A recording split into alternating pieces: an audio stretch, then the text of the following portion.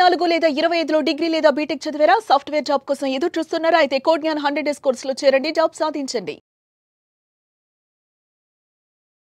నమస్కారం సార్. నమస్తే. సార్, రిలేషన్‌షిప్‌లో భార్యకైనా, భర్తకైనా కోపం వచ్చినప్పుడు ఏ విధంగా ప్రవర్తించాలి అంటారు? అంటే మనము కేవలం ఒక బిహేవియర్ పరంగా మనం మాట్లాడుకుంటే, కోపం వచ్చినప్పుడు రకరకాలుగా ఇసిరేయడమో, అరవడమో, లేదు అంటే చాలా డిస్టర్బ్ మైండ్ తోటి ఏదో ఒకటి ఇలా చేస్తూ ఉంటారు సార్. రకరకాల యాక్షన్స్ అయితే మనం చూస్తూ ఉన్నాం. హ్మ్. అలా కాకుండా కోపం వచ్చినప్పుడు ఒక వ్యక్తి అనేవాడు ఏ రకంగా బిహేవ్ చేయాలి? ఓన్లీ బిహేవియర్‌గా Behavior. మాట్లాడుకుంటే Yes. కదా! సో, ఫస్ట్ వచ్చేసి జిప్. ఓకే. నంబర్ 1 కోపంలో మాట్లాడకూడదు. హ్మ్. ఎప్పుడైనా కోపంలో మాట్లాడితే అది రప్చరే అవుతుంది. నువ్వు కోపంలో ఒక మాట అంటావు, అది పెద్దదైపోతుంది. సో, కోపం వచ్చింది అనగానే zip your mouth. First silent అయిపోవాలి. సెకండ్ వచ్చేసి నీకు కోపం రావడం సహజం. ఓకే. కానీ నువ్వు ఎలా పడితే అలా బిహేవ్ చేయకూడదు అనే అవగాహన ఉండాలి. హ్మ్. ఓకే. నాకు కోపం వచ్చింది, నేను అన్నీ పగలగొట్టేయలేను. I should not do that. అంతే. సో, నాకు ఏ ఫీలింగ్ వచ్చినా అప్పటికప్పుడు మనకు మొత్తం వ్యవస్థ అంతేగా. నాకు ఏది వచ్చినా సరే దానికి ఒక పద్ధతి ఉంటుంది ఉంటుంది. అనేది తెలుసుకోవాలి. ఓకే. థర్డ్ వచ్చేసి ఎప్పుడైనా కోపం నిజంగా సడన్‌గా స్పర్ట్ ఆఫ్ కోపం వస్తే please walk out of that place. ఒక ప్లేస్ నుంచే మనకి కోపం వస్తుంది. అక్కడి నుంచి కొంచెం పక్కకు వెళితే నువ్వు చాలా ప్రాసెస్ చేసుకోగలుగుతావు. ఓకే. థర్డ్, కోపం వస్తే వాళ్ళ కళ్ళలోకి చూడకండి. నిజంగా ఇది ఎంత హెల్ప్ చేస్తుంది సార్. ఒకవేళ ఎవరైనా కోపంగా మనతో ఆర్గ్యూ చేస్తున్నా వాళ్ళని బైపాస్ చేస్తూ బ్యాక్ చూడండి, ఆర్ భుజం చూడండి, వెనక చూడండి, వెనక ఎవరో ఉన్నట్టు చూడండి. నిజంగా చాలా హెల్ప్ చేస్తుంది. కోపంలో వాళ్ళు ఇంకా ఎక్స్ప్రెషన్స్ చూస్తుంటే ఇంకా మండుతుంది మనకి. So, don't do that. చేయొద్దు. ఇవన్నీ easy methods to escape. Okay. So, కోపం వచ్చింది, don't look into their eyes, just turn your head or look into their eyes strongly. అది వాళ్ళ ఎక్స్ప్రెషన్లో కోసం, వాళ్ళ కళ్ళలోకి చూడండి. ఓకే. ఎప్పుడు ఇది ఎవరైనా కోపంలో ఉన్నప్పుడు, మన కోపంగా ఉంటే ఓకే. బట్ ఎవరికైనా కోపంలో ఉండి మన మీదకి వస్తే మాత్రం please look into their eyes strongly or gaze out. కళ్ళలోకి చూడొద్దు, పక్కకి. ఈ 2 మెథడ్స్ పనిచేస్తాయి. హ్మ్. నువ్వు ఎక్స్ప్రెషన్లు గమనించి గమనించి రెస్పాండ్ అవ్వకూడదు. ఓకే. దట్ మీన్స్ నువ్వు కళ్ళలోకి చూసావంటే స్టాండ్ స్టిల్ దేర్. రెస్పాండ్ అవుతున్న కొద్దీ నీకు ఇంకా పెరుగుతుంది కోపం. ఓకే. ఇదొక మెథడ్. Then breathe. నేను చెప్తున్నది, ఎప్పుడైనా కోపం వస్తే యువర్ బ్రీదింగ్ ఈజ్ డిస్టర్బ్డ్. నువ్వు ఆవేశంగా అనే బ్రీదింగ్లో ఉంటాం కాబట్టి ఫస్ట్ రిథమ్.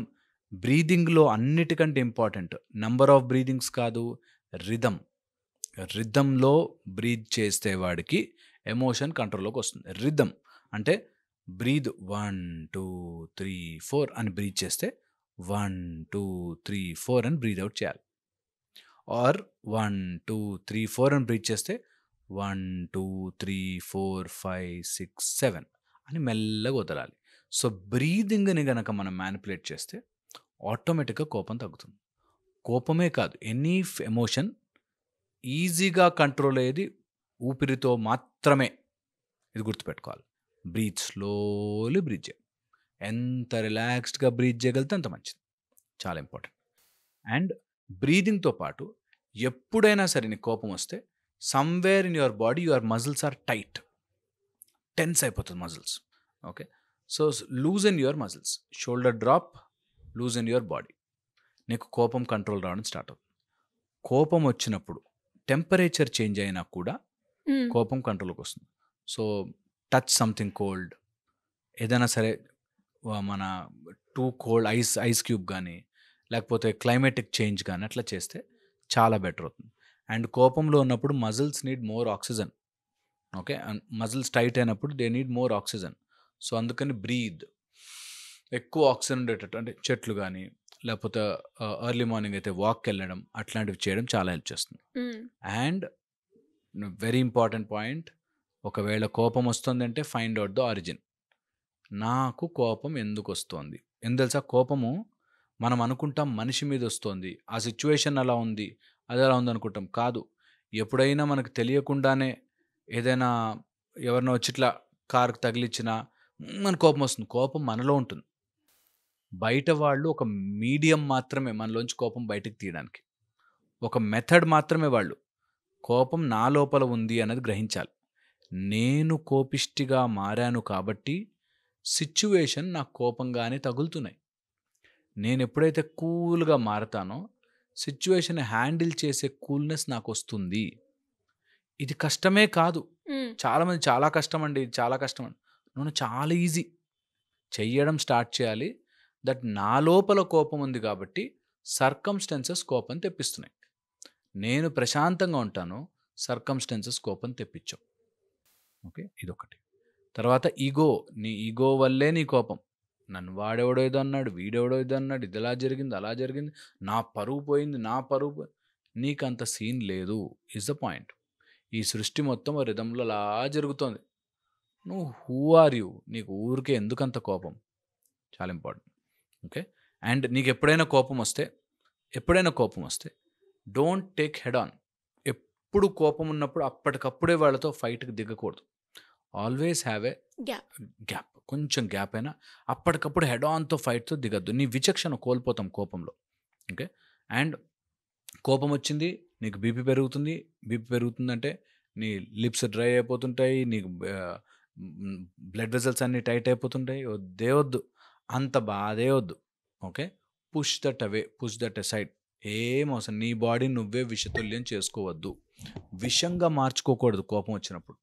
ఓకే, సో కోపం మన లోపల ఉంది కాబట్టి మనమే దాన్ని స్లోగా బ్రీద్ ఇన్ బ్రీద్ అవుట్తో ఆపుకుంటాం. కాబట్టి ఈ ఆపనివ్వకుండా మన ఒక ఫ్యాక్టర్ అడ్డుపడుతుంటుంది.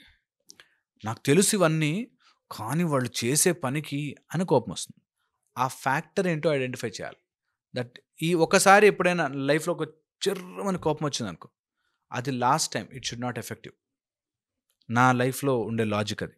నేను చెప్తాను, ఒక్కసారి ఏదైనా నా కోపం తెప్పించింది, అది ఇంకా నా జీవితంలో ఉండదు. వాళ్ళు ఉన్నా నాకు లేనట్టే. అంటే ఎలా sir? They are non existing.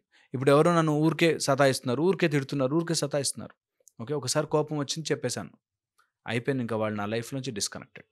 వాళ్ళు బిహేవ్ చేసినా చేయకపోయినా, నచ్చినట్టుగా ఉన్నా లేకపోయినా, దే ఆర్ నాట్ దేర్. నేను I will not take them. ఆ క్యారెక్టర్ నా తలలో కూర్చోదు. నేను నా బరువుని మోసుకున్నట్టుగా వాళ్ళని మొయ్యను. ఇది కోపంని తీసేస్తుంది. ఎవరైనా సరే, ఎవరైనా నీ కోపం తెప్పిస్తున్నారు, నువ్వు వాళ్ళని ఇక్కడ మోస్తున్నావు. చాలా చాలా ఇంపార్టెంట్. సో అందుకని కోపాన్ని ఇక్కడ మొయ్యొద్దు, ఊరికే రోజు బరువు మోసుకోవద్దు. చాలా ఇంపార్టెంట్. విషం చేసేస్తుంది బాడీని, విషం మార్చేస్తుంది. ఓకే, అండ్ ఇంకొక ఇంపార్టెంట్ పాయింట్ చెప్తాను.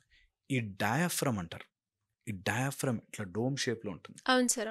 ఆ డయాఫ్రమ్ ద్వారా బ్రీత్ చేస్తే కోపం కంట్రోల్లోకి వస్తుంది. ఓకే, అండ్ దానికి కనెక్టెడ్ ఒక బిగ్ వేగస్ నర్వ్ అని ఉంటుంది. Very important nerve. ఈ వేగస్ నర్వ్ సరిగ్గా సిస్టమేటిక్గా లేకపోవడం వల్ల తొందరగా మనం స్టిమ్యులేషన్లో వెళ్ళిపోతాం. చిన్న విషయం కూడా మనం స్టిమ్యులేట్ చేస్తుంది. Because we're always living in a protective method. ఎప్పుడైనా ఒక పాముని చూడగానే ఇట్లా ముట్టుకొని సుస్సుమని లేపుతుంది. ఎందుకు? It's always in that mode అనమాట. సో అందుకని you should never do that.